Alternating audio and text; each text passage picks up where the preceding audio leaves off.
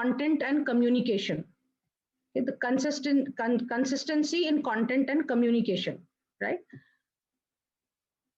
So, or we can also say consistency in your message and messaging. Okay. So whatever is the content that you prepare, it is very important to be consistent. That means having a schedule to what is it that you're going to publish. And on one topic, if you publish 10 videos, for example, you're saying you are a health weight loss expert. Okay, weight loss expert. Okay, and then one of your topic is losing weight naturally. So the pain that you are solving in the market is, obesity due to sedentary lifestyle. That is a problem, that is a pain. Your solution is lose weight naturally.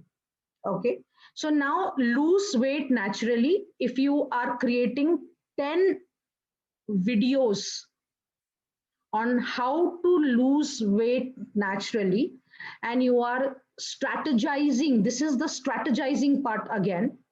Okay, that day one this video, day two this video, day three, and all these, because now you're also positioning yourself as an authority in your subject.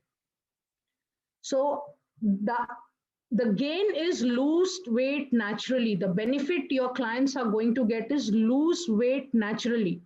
But to lose weight naturally, you have created 10 different videos. How to lose weight naturally using water therapy. How to lose weight naturally using high fiber foods. How to lose weight naturally with right protein intake. How to lose weight naturally with what do you say? With exercises. Not like building six packs and all. Functionally fit exercises. How to lose weight naturally with proper breathing techniques, right? So the strategy is you are going to just lose weight naturally is the outcome, and you are going to create 10 videos back to back on that topic.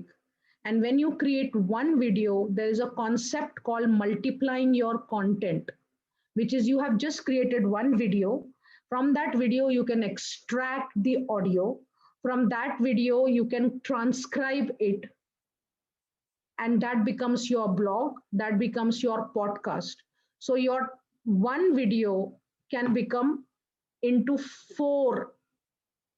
One content piece that you have created can multiply 4 times, because you can simply extract the audio and put it on podcast.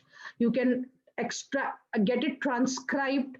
Okay, there are tools. One such tool that I use for transcribing is called sonix.ai. Okay, sonix.ai, and podcast tools that I use is anchor.fm and SoundCloud. That is where you can.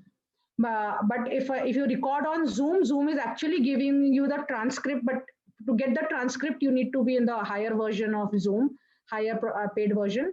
But there are tools, low cost tools like this, which can give you that. And this Clidio also helps you extract the audio.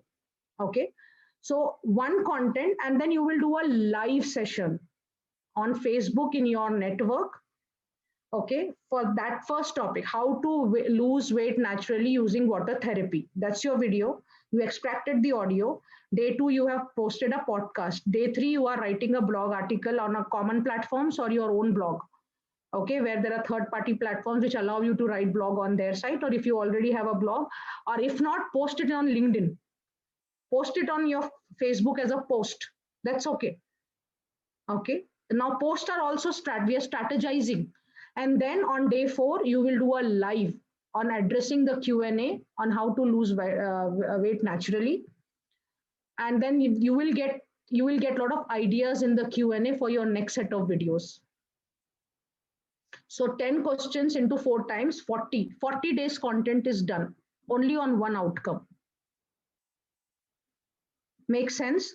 So multiplying your content will help you position yourself as an authority in a systematic, consistent manner daily. Your messaging is consistent. There is a content strategy in place that you are leveraging, right? So the third step to create your amazingly powerful online presence is consistency in your content and communication. Okay, message and messaging. Now everything will revolve around this. Whatever content you write on your website, it has to be your value communication, value that you bring, right? So you should address a problem, you should have a aspiration how your problem is going to benefit them, because people will buy only outcomes, they are not buying the problem, they are simply giving you attention because they think you understand them with the problem statement, you know what they are going through,